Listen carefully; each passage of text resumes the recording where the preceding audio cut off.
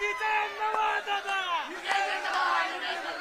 बारामतीचा नवा दादा,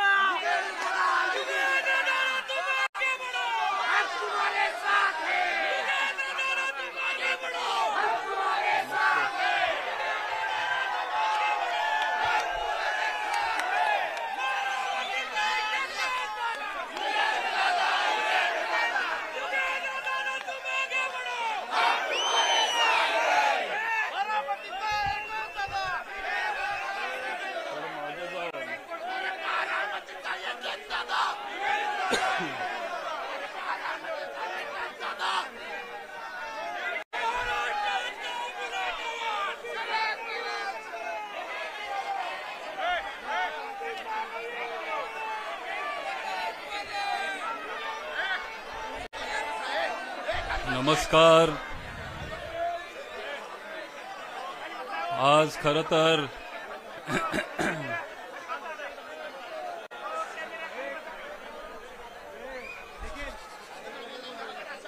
आपल्या गावामध्ये आपल्या घरामध्ये हा कार्यक्रम होत आहे, त्याच्यामुळं एक कौटुंबिक कार्यक्रम किंवा आपल्याच घरातला एक कार्यक्रम म्हणणं काय वावगं ठरणार नाही। सुरुवातीला सगळ्यांना दिवाळीच्या खूप खूप शुभेच्छा। आणि बोलायच्या आधी मी माझी पणजी शारदाबाई पवारांना, गोविंदराव पवारांना, आबांना वंदन करतो। आज इथं कण्हेरीमध्ये बोलत असताना तुम्ही कण्हेरी काटेवाडीकरांनी माझे आजोबा स्वर्गीय अनंतराव पवार साहेबांना पण खूप आशीर्वाद दिला, त्यांचं पण आज इथं नाव घ्यावं असं वाटतंय। स्वर्गीय आप्पासाहेब पवार असतील, बासाका असतील, सगळ्यांनाच तुम्ही बारामतीकरांनी पूर्वीपासून प्रेम दिलंय, साथ दिलीये।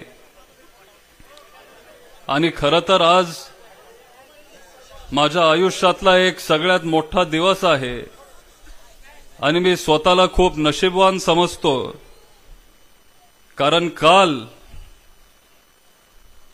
57 वर्षानंतर पवार साहेब तिथं तहसील कार्यालयात माझा फॉर्म भरायला आले। हा माझ्या आयुष्यातला सगळ्यात मोठा दिवस होता आणि कधीच मी ते विसरू शकणार नाही। त्यांचा फॉर्म भरला, त्याच्यानंतर जर कुणाचा फॉर्म भरला असेल तर तो माझा, आणि मी माझा स्वतःचा नाही, आपल्या सगळ्यांचा फॉर्म त्यांनी काल तिथं भरला। आणि आपल्याला सगळ्यांना इथं चांगलं काम करायचंय। इथं त्यांनी वेळात वेळ काढून आपल्या गावामध्ये पण इथं सभा ऐकायसाठी, आपल्याला मार्गदर्शन करण्यासाठी आज ते इथं आलेत। आपले सगळ्यांचे दैवत आदरणीय पवार साहेबांचा मी मनापासून आभार व्यक्त करतो की आज तुम्ही इथं आम्हाला मार्गदर्शन करायला, आणि आज माझ्या आयुष्यातला एक खूप मोठा दिवस असून तुम्ही आज इथं उपस्थित आहात। साहेब, आजोबा, मनापासून मी तुम्हाला माझा आभार व्यक्त करतो। तसेच इथं उपस्थित सुप्रियाताई सुळे, आपले लोकप्रिय निवडून आलेले खासदार, 1,58,000 मतांनी तुम्ही सगळ्यांनी त्यांना निवडून दिलं, त्याबद्दल तुमचाही मनापासून मी आभार व्यक्त करतो। लोकसभेला वातावरण काय होतंय आपण सगळ्यांनी ते तिथं बघितलंय। लोकांना वाटायचं घासून होईल,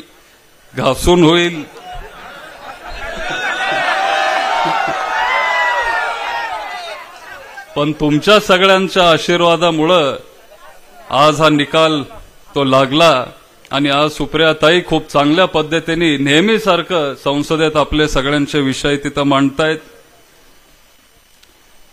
आपले इंदापूर तालुक्याचे हर्षवर्धन पाटील साहेब आलेत, पठारे साहेब आलेत, जाचक साहेब आलेत, मोरे साहेब आहेत, माने साहेब, माझे वडील श्रीनिवास पवार साहेब, रणजितांना साहेब, शर्मिला वहिनी, शुभांगी वहिनी, भारतीताई शेवाळे, तालुका अध्यक्ष एस.एन. बापू जगताप, सतीश मामा खोमणे, सदाबापू सातव, संदीप शेठ, काटे वकील, राजेंद्र बापू, पूर्णिमाताई, वनिताताई, आरतीताई, सोनू काळे, प्रशांत बोरकर, तसेच इथं उपस्थित असलेले आपले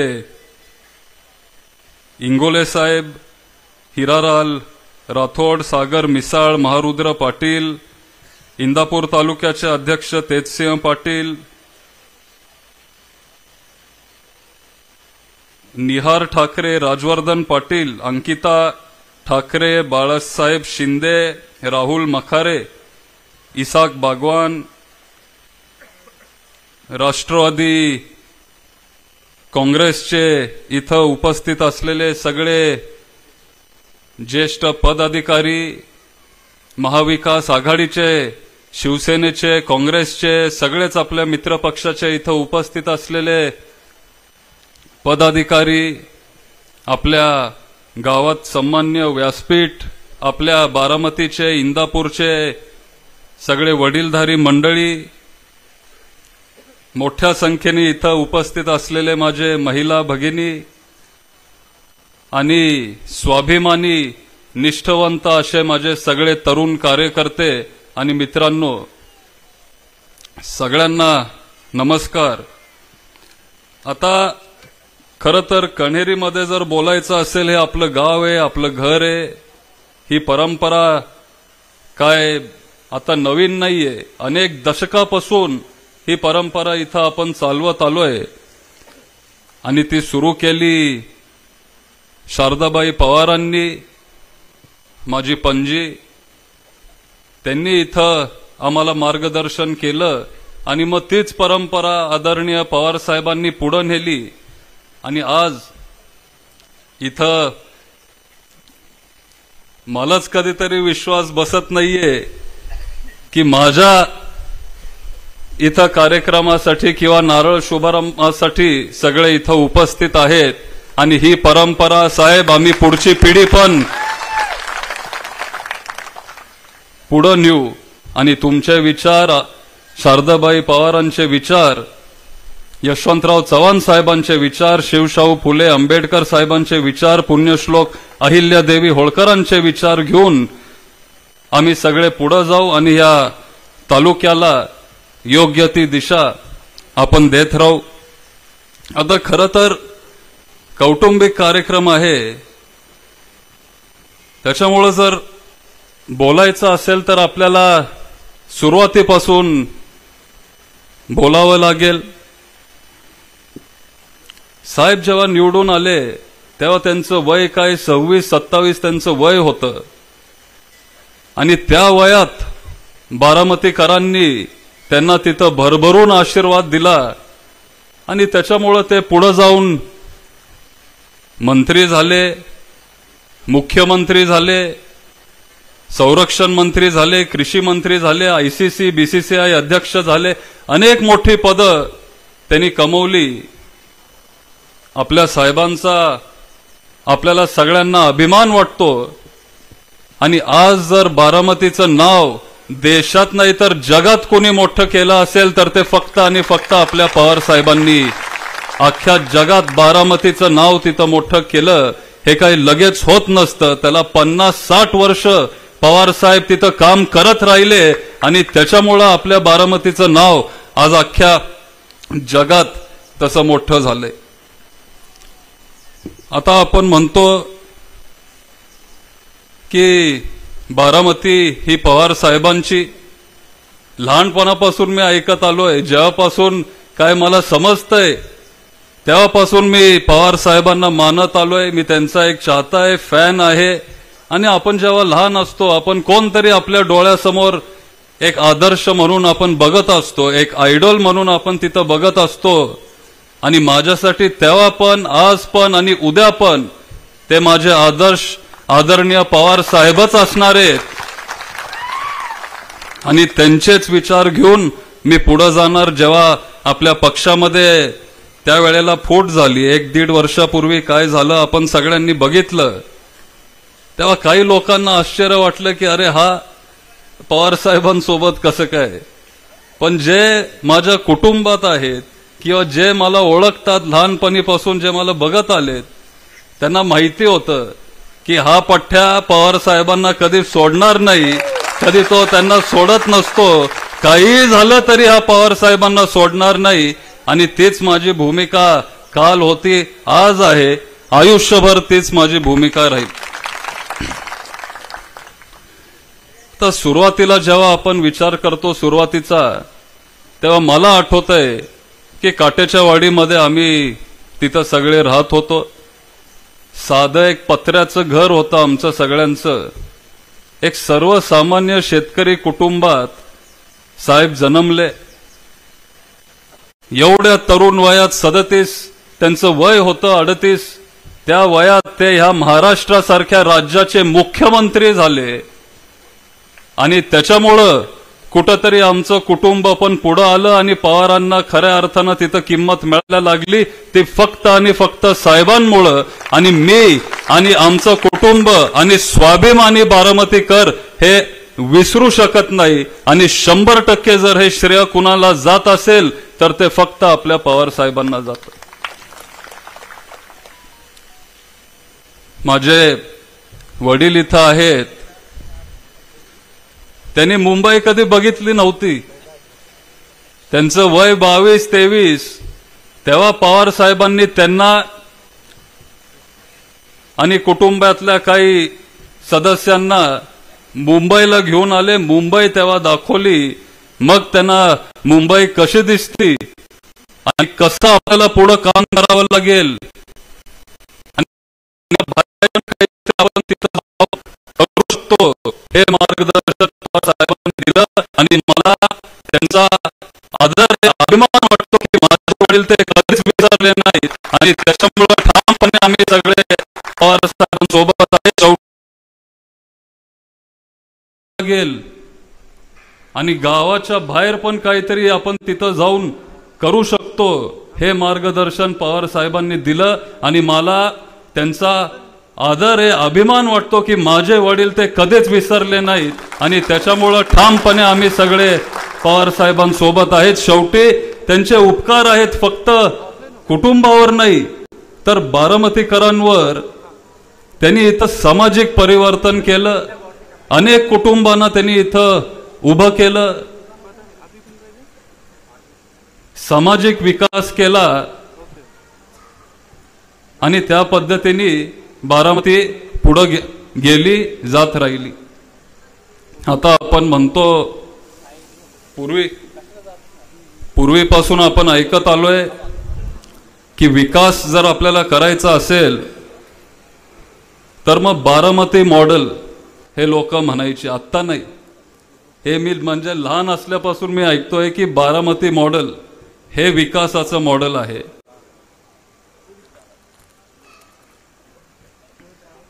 आता बारामती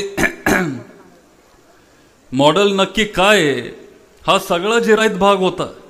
बारामतीमध्ये अजिबात पाणी नव्हतं.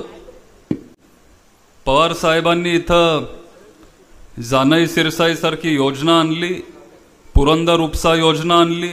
नाजरा धरणमध्ये त्यांचं खूप तिथं सहकार्य होतं. अनेक उपसा सिंचन योजना त्यांनी बारामतीत आणले. अनेक बंधारे तेव्हा बांधले. आमदार व्हायच्या आधी त्यांनी 350 पाझर तलाव बांधले. आणि त्याच्यामुळं खऱ्या अर्थानं इथं बारामतीमध्ये पाणी यायला लागलं. नाहीतर हा सगळा दुष्काळी भाग आहे, जिरायत भाग होता. पूर्वीची माणसं सांगतात की इथं मोठ्या प्रमाणात कपासी असायची, जिनिंग मिल्स असायचे. पाणी इथं आलं. हळूहळू जिरायत शेतकरी तिथं बागायत होत गेले. जिनिंग मिल्स हळूहळू गेले आणि साखर कारखाने इथं उभे झाले. आपले शेतकरी पण तिथं ऊस लावायला लागले.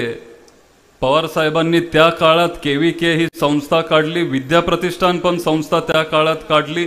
शिक्षण आणि शेतीवर आपण जोर दिला पाहिजे हे पवार साहेबांचे विचार तेव्हा पण होते. त्यांचं वय 26-27. त्या वयात आमच्यासारख्यांना दिशा नसते का काय करायचं असतं आम्हाला, आम्ही तेव्हा पण शोधत असतो. पण पवार साहेब त्या वयात आमदार पण झालेले, 2 त्यांनी संस्था पण काढलेले. आज आपलं केव्हीके आणि विद्या प्रतिष्ठान, आपल्याला अभिमान वाटतो की देशात 731 केव्हीके आहेत, पण 1 नंबरचं केव्हीके हे तुमच्या बारामतीचं आहे. आणि हे का शक्य झालं? कारण एक शेतकऱ्यांच्या प्रश्नाचा जाणीव असणारा नेता आपल्याला सगळ्यांना मिळाला, आपल्याला सगळ्यांना मिळाले. त्याच्यामुळं आपलं केव्हीके आज 1 नंबरवर आहे. त्या केव्हीकेच्या मार्गदर्शनामुळं शेतकरी तिथं मोठ्या प्रमाणात ऊस लावायला लागले. केव्हीकेचं नाव घेतलं, आपल्याला आप्पासाहेब पवारांचं पण नाव घ्यावं लागेल. त्यांनी पण ती संस्था चांगल्या पद्धतीने चालवली. आज राजूदादा उत्तम पद्धतीने ती संस्था चालवत आहेत. आणि हळूहळू आपली ऊसाची शेती वाढत गेली. आणि जो शेतकरी 30 टन 20 टन ऊस लावत होता, आज 60, 70, 80, काय शेतकरी तर 100 टनाच्या पुढे गेलेत. कारण पवार साहेबांनी त्यांना ते मार्गदर्शन केलं. त्यांच्या मार्गदर्शनामुळे शेतकरी तिथं मोठ्या प्रमाणात ऊस लावायला लागले. केव्हीकेचं नाव घेतलं, आपल्याला आप्पासाहेब पवारांचं पण नाव घ्यावं लागेल. त्यांनी पण ती संस्था चांगल्या पद्धतीने चालवली. आज राजूदादा उत्तम पद्धतीने ती संस्था चालवत आहेत. आणि हळूहळू आपली ऊसाची शेती वाढत गेली. आणि जो शेतकरी 30 टन 20 टन ऊस लावत होता, आज 60, 70, 80, काय शेतकरी तर 100 टनाच्या पुढे गेलेत. कारण पवार साहेबांनी त्यांना ते मार्गदर्शन केलं, त्यांच्या शेतात तिथं पाणी आणलं आणि थेट फायदा तो तुमचा झाला, म्हणजे शेतकऱ्यांचा झाला.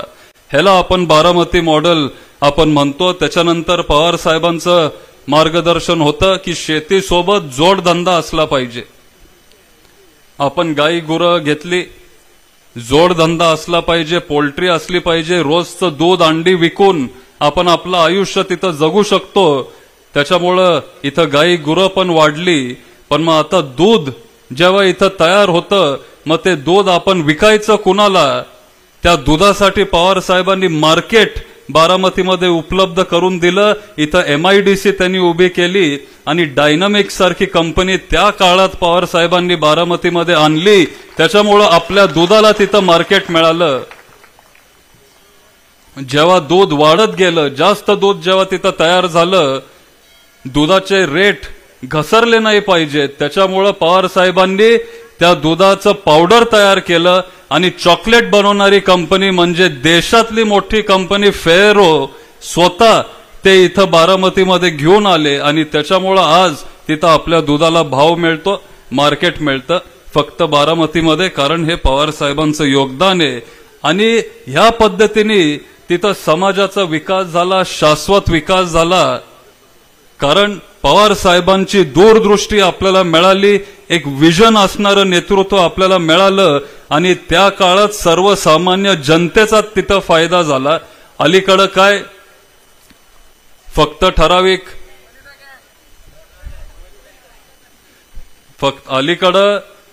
ठराविक ठेकेदारांचा फायदा होतो, ठराविक कॉन्ट्रॅक्टदार लोकांचा फायदा होतो.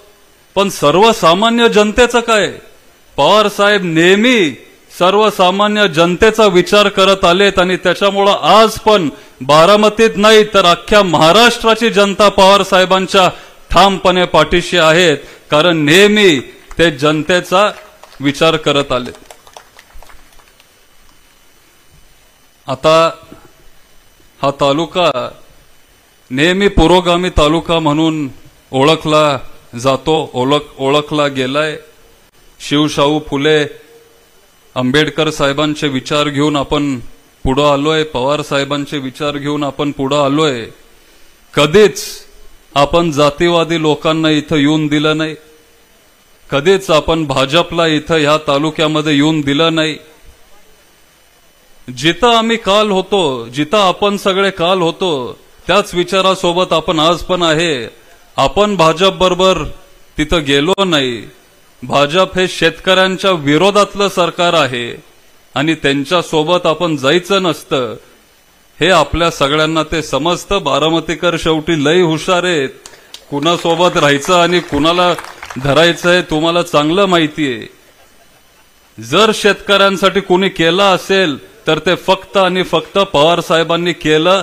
बारामतीतल्या महाराष्ट्राच्या आणि नंतर देशाच्या शेतकऱ्यांसाठी पवार साहेबांचं तिथं खूप मोठं योगदान आहे. सुप्रियाताई आता त्यांच्या भाषणात ते बोलत होते, त्यांनी उल्लेख केला की पवार साहेब जेव्हा कृषी मंत्री होते त्यांनी 72,000 कोटीची कर्जमाफी केली. शेतकऱ्यांचा 7-12 त्यांनी कोरा करून टाकला. हे एवढं सोपं काम नव्हतं. ह्यांच्यासारखी मेजॉरिटी पण नव्हती. यूपीए सरकार होतं, तिथं मुलायम सिंग यादव होते, जयललिता होते, मायावती होते. अनेक लोकांना सोबत घेऊन हे करायचं होतं, तरी ते पवार साहेबांनी करून दाखवलं. जर ते कोण करू शकतं तर ते फक्त आणि फक्त तुमचे साहेब करू शकतात. ते त्यांनी केलं आणि करून दाखवलं. फक्त कर्जमाफी नाही तर दूध असेल, साखर असेल, तांदूळ असेल, गहू असेल, हे सगळं आपण परदेशातून आपल्या देशामध्ये इम्पोर्ट करत होतो. पण पवार साहेबांच्या काळात ते आपण निर्यात करायला लागलो आणि आपण जगातले सगळ्यात मोठे आपण एक्सपोर्टर झालो. हे कुणामुळे झालो? फक्त आणि फक्त साहेबांमुळे झालो. आता कांद्याचा काय दर आहे, दुधाला काय भाव आहे? मला आठवतंय मी तेव्हा लहान होतो, पण भाजपचे काय नेते त्या काळात आपल्या संसदेत कांद्याची माळ घालून ते आलेले. का? कारण कांद्याचा दर आता सोन्या एवढा झालाय, त्याच्यामुळे ते आंदोलन करायला आले. पवार साहेबांनी तरी पण कांद्याचा दर घसरू दिला नाही, कारण त्यांना माहिती होतं की शेतकऱ्यांना 2 रुपये जास्त मिळतायत आणि त्यांनी कांद्याचा दर पडू दिला नाही. पण आता हे सरकार काय करतंय आपण सगळे ते बघतोय, बघत आलोय.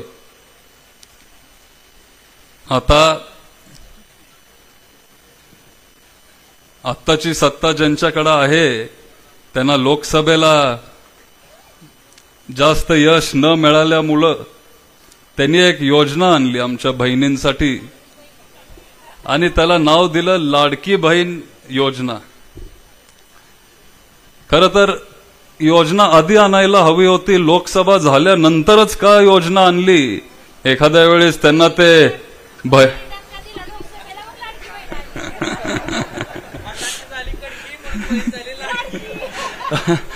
आणि लोकसभेनंतर ही योजना आणली. 2 महिने त्यांनी चालवली आणि लगेच 2 महिन्यांनी त्यांनी बंद पण करून टाकली.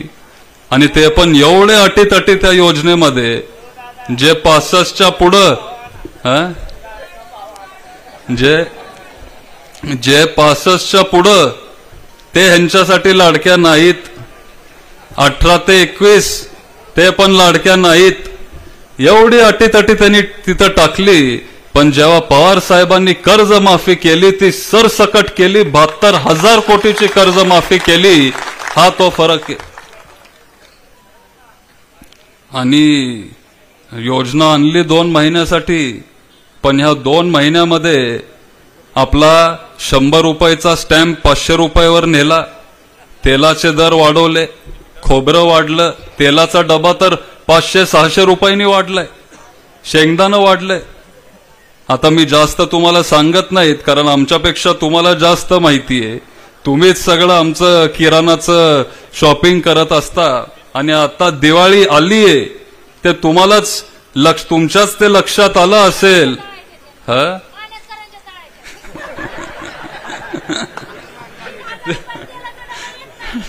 ते तुमच्याच लक्षात आलं असेल की जर गेल्या वर्षी तुम्ही 1000 रुपये खर्च केले असतील, आता 2-3 हजार रुपये तिथं खर्च झाले. खरं जर कोणी महिलांसाठी जर केलं तर ते पवार साहेबांनी केलं. आज नाही, 35 वर्षापूर्वी महिला धोरण हे पवार साहेबांनी आणलं. 50% आरक्षण महिलांना दिलं. गावाचा कारभार महिलांना दिला सांभाळायला. आज अनेक गावांमध्ये सरपंच महिला आहेत, आमदार, खासदार, महापौर हे महिला आहेत. जर खऱ्या अर्थानं तुम्हाला जर सन्मान कुणी दिला असेल तर तो पवार साहेबांनी आणि त्यांच्या विचारांनी आणि त्यांच्या निर्णयांनी दिला. पुणे विद्यापीठाचं नाव सावित्रीबाई फुले विद्यापीठ साहेबांनी दिलं. वडिलांच्या प्रॉपर्टीमध्ये समान हिस्सा जेवढा मुलीला मिळतो, जेवढा मुलाला मिळतो तेवढाच मुलीला मिळाला पाहिजे, हे पवार साहेबांचे विचार आहेत आणि तो कायदा साहेबांनी करून दाखवला. आता बारामतीचे पण अनेक प्रश्न अजून आहेत.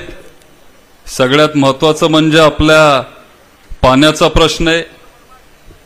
अनेक गावांमध्ये आज पावसाळा असून, चांगला पाऊस होऊन प्यायला पाणी नाहीये. पवार साहेबांनंतर ज्या पद्धतीने इथं पाण्यासाठी काम व्हायला पाहिजे होतं ते झालं नाही. थोडेफार वाड्या वस्त्या जे राहिलेत तिथं पाईपलाईन आपल्याला पाठवायचेत, जे कनाल दुरुस्त करायचे राहिलेत ते कनाल आपल्याला दुरुस्त करायचेत.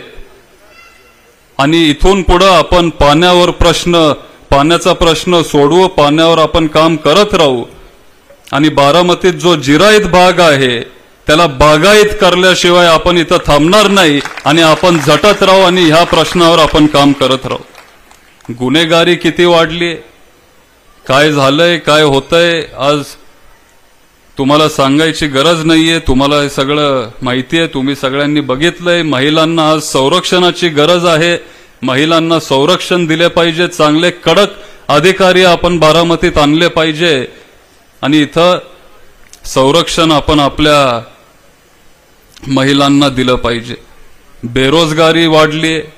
पवार साहेबांनी त्या काळात MIDC आणली, अनेक मोठे धंदे आणले. Bharat forge, Piaggio, dynamics, Ferrero, Indian seamless, हे सगळे मोठे उद्योजक बारामतीतच का आले? कारण पवार साहेबांनी इथं चांगलं वातावरण तयार केलेलं, त्यांना चांगलं सहकार्य केलं आणि त्याच्यामुळे हे सगळे उद्योगधंदे इथं आले. पण अलीकडच्या काळात एकही मोठी कंपनी इथं न आल्यामुळे बेरोजगारी मोठ्या प्रमाणात वाढली आहे. परत एकदा आपल्याला इथं नवीन इंडस्ट्री आणावी लागेल, नवीन रोजगार आपल्या मुलांना मुलींना तिथं तयार करावं लागेल आणि बारामतीला पवार साहेबांच्या विचारांनी आपल्याला पुढे न्यावं लागेल. खरं तर आता महाराष्ट्राच्या स्वाभिमानाचा प्रश्न आहे. पवार साहेबांच्या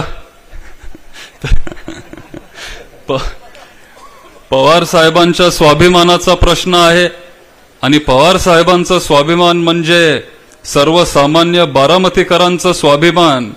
आणि त्याच्यामुळं उद्याच्या विधानसभेला हे आपलं काम आहे की आपण पवार साहेबांचे हात बळकट केले पाहिजेत, त्यांना ताकद दिली पाहिजे.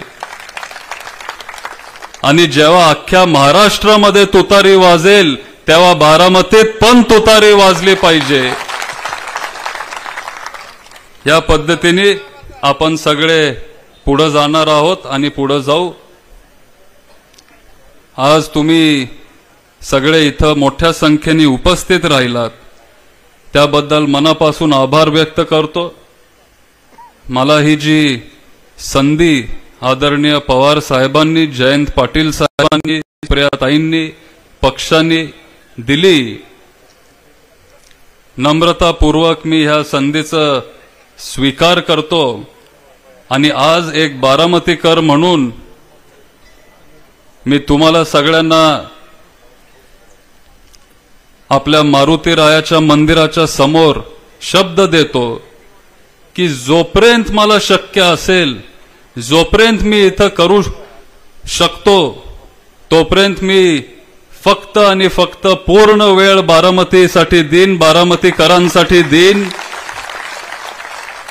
तुमचे जे काय प्रश्न असतील, मग वैयक्तिक असू दे, सार्वजनिक असू दे, एक लोकप्रतिनिधी म्हणून, एक लोकसेवक म्हणून मी तुमच्यामध्ये उपस्थित असेन, तुमच्याकडे येत जाईन, तुमच्यामध्येच राहीन आणि तुमचे प्रश्न सोडवण्याचा एक प्रामाणिक प्रयत्न करीन. एवढंच आज मी इथं बोलतो आणि थांबतो. जय हिंद, जय महाराष्ट्र.